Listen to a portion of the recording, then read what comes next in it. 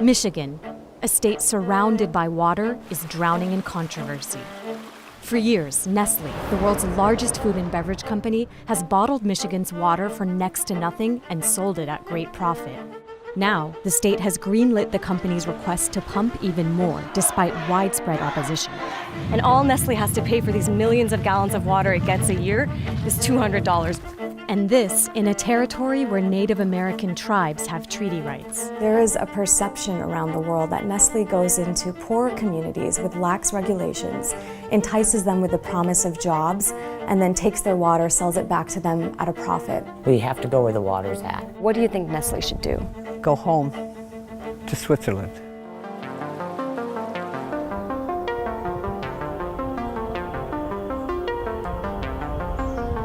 We're walking up to see the White Pine Springs well, where Nestle pumps 250 gallons of water a minute that it bottles under its Ice Mountain brand. Despite massive opposition, Michigan has just approved Nestle's request to increase that amount to 400 gallons of water a minute. And all Nestle has to pay for these millions of gallons of water it gets a year is $200, which locals here are furious about. John McLean has worked as a surveyor in this area for over 30 years. He and Peggy Case are members of Michigan Citizens for Water Conservation, an organization that's been fighting Nestle for nearly 2 decades. So we're looking at Nestle's well over there. That's Nestle's White Spring well. And it's fenced off because obviously we cannot even get close to it. You can get within 20 feet. Since 2005, Nestle has extracted more than 3.4 billion gallons of water from Michigan. The state doesn't charge extraction fees for water like it does for oil and gas. And because Nestle owns this land, the company can take as much water as it wants for a $200 a year permit fee, if there's no harm to the environment. But locals here say the damage is clear. Well, this is supposed to be the headwaters of Chippewa Creek, Where it starts. where this creek begins. According to Nestle, there should be water here. Don't see much. In order to grant Nestle's request to pump 400 gallons per minute, the state required the company to run its plan through a computer model, which determined there would be an adverse impact on the environment. But Michigan's Department of Environmental Quality, or DEQ, overruled those findings and instead relied on data provided by Nestle to push the permit through. The final hurdle was a public comment period, during which the DEQ was flooded with more than 80,000 comments against Nestle's request and only 75 in favor. But they approved it anyway. Why are you opposed to what Nestle's doing here? Well, we're opposed to bottled water, and we're opposed to privatizing water. They're taking the water, putting it in plastic bottles, selling it outside of the watershed, and making a huge profit off of water that doesn't belong to them. The water belongs to the people. Locals we spoke to accuse Nestle of trying to cover up traces of environmental damage by offering to replace local infrastructure, like this culvert, where water markings show how levels have dropped significantly over time. So the water used to be up that high, now it's this low. 2 feet higher. Okay. Which would have placed it up above the stones here. So you guys, Michigan Citizens for Water Conservation, made noise about how you can tell the water has gone down. And right away they offered to replace the structures? At the next public meeting, they made that offer. Do you want them to do that? No, Why? because it would destroy this evidence here.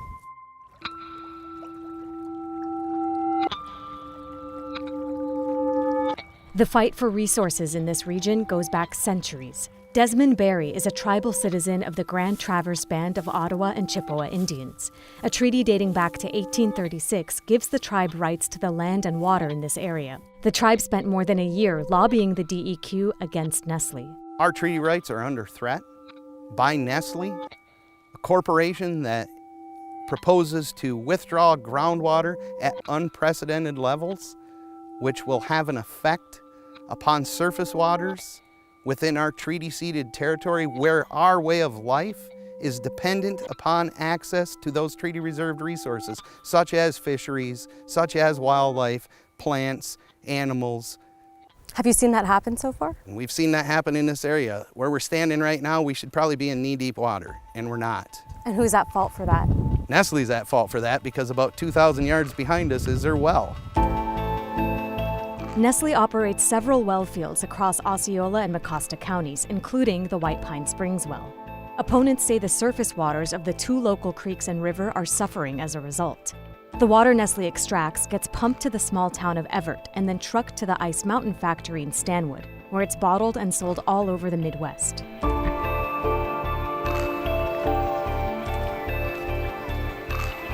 For years, critics have accused the company of exploiting lax water laws in economically depressed areas. Jobs. That's what this tiny town of Everett had hoped for. More than 44% of residents here live below the poverty line, but it's rich in water. And for over a decade, Nestle has been purchasing a lot of that water from two of the town's municipal wells. City manager Zachary Zakis credits Nestle for saving his town. How much water are they getting from this well? 500 gallons per minute. And what are they paying for that? $3.50 per thousand. That sounds like a good deal for Nestle. It's a great deal, but you just got to think of everything that Nestle has to do to get that water produced. They have to maintain this well. This well, to replace it, would be almost $1 million. Well, $1 million, one could argue, is a drop in the bucket compared to their profits. Oh, it worldwide. could be. It could be. So what is in it for the city of Everett then?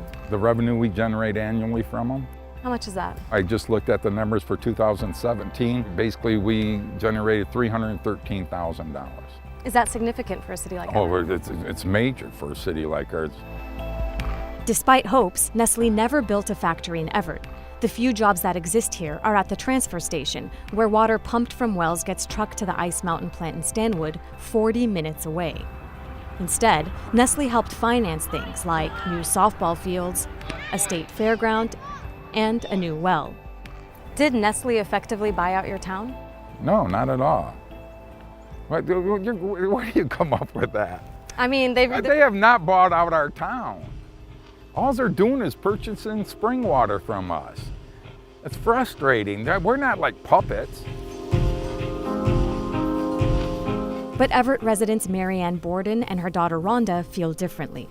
Okay, they built new softball diamonds across the street from us, but we already had softball diamonds over at the fairgrounds. I mean, the things that they say they've given us, and maybe they're a little nicer, but we already had those things. Marianne has lived in this home since 1953. Her two children grew up here, playing in this backyard creek. They claim they've witnessed noticeable changes since Nestle came to town. What should be a cold water stream where trout thrive is now warmer, narrower, and more shallow. So what do you think is going on? Well, somebody is sucking the water out of my creek. And who do you think that somebody is? I think that somebody is Nestle. And they'll say, well, you can't prove that. However, they are the only large corporation that is sucking water out of my stream by the millions of gallons that has moved into my township. Nestle agreed to speak to us at their Ice Mountain plant in Stanwood. In 2016, the company reportedly sold more than $343 million of Michigan water under its Ice Mountain and Pure Life labels. But that's just a fraction of its worldwide footprint. Headquartered in Switzerland, Nestle has over 8,500 brands in at least 80 countries. Arlene Anderson-Vincent is the Natural Resource Manager for Nestle Waters North America.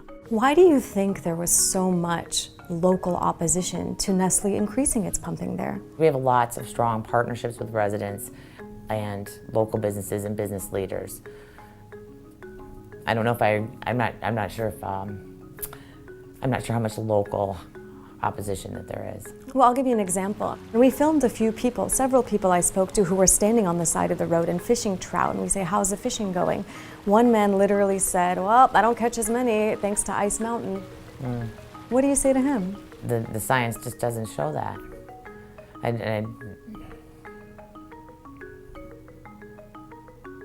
Anyways, I also received lots of pictures of people saying, look at how healthy the trout streams are.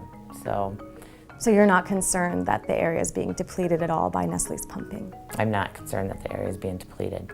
There's genuine concern among locals who say once Nestle starts pumping to 400 gallons a minute, our ecosystem here will suffer. What do you say to those people?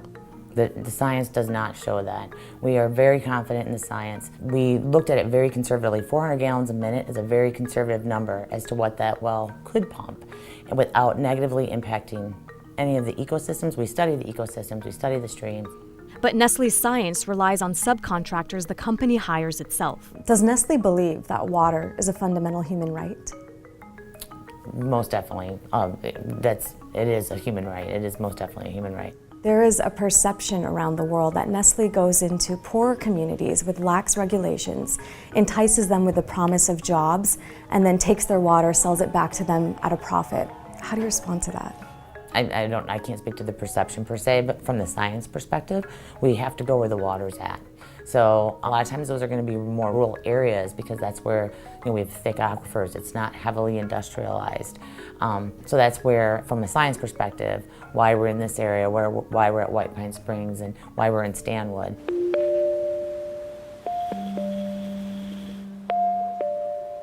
In 2016, bottled water surpassed soda for the first time to become the #1 beverage in the U.S. Here in Michigan, just days after the state greenlit Nestle's request to pump more water, the governor announced Flint residents would no longer be receiving free bottled water. People we met in Flint called out the irony. Tax Nestle and give it to Flint. That's a slap in the face. That's all I ought to say. I mean, how would you feel if you had a $200 water bill and $1 billion company was getting $1 billion worth of product for free?